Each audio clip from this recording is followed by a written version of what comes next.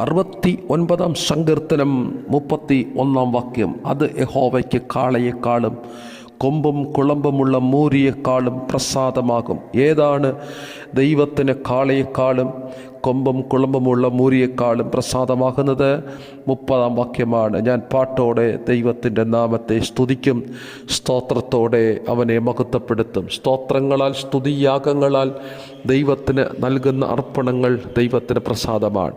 പഴയ നിയമത്തിൽ അക്ഷരികമായി യാഗം കഴിച്ച് ദൈവത്തിന് പ്രസാദം തേടിയെങ്കിൽ പുതിയ നിയമത്തിൽ ദൈവത്തിന് പ്രസാദമുള്ള യാഗം നമ്മുടെ ശരീരം ദൈവത്തിനായി പൂർണ്ണമായി അർപ്പിതമാക്കപ്പെടുക, അതിലൂടെ സ്തോത്രങ്ങളും സ്തുതികളും ദൈവത്തിന് അർപ്പിക്കുക. സ്തോത്രയാഗം അർപ്പിക്കുന്നവൻ എന്നെ മഹത്വപ്പെടുത്തുന്നു.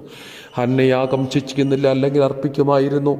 ദൈവത്തിന് പ്രസാദമുള്ള യാഗം തകർന്ന മനസ്സോടും നുറുങ്ങിയ മനസ്സോടും കൂടെ, സമർപ്പണത്തോടു കൂടെ, ആത്മതപനത്തോടു കൂടെ ദൈവത്തിന് സ്തോത്രം അർപ്പിക്കുന്നതാണ്.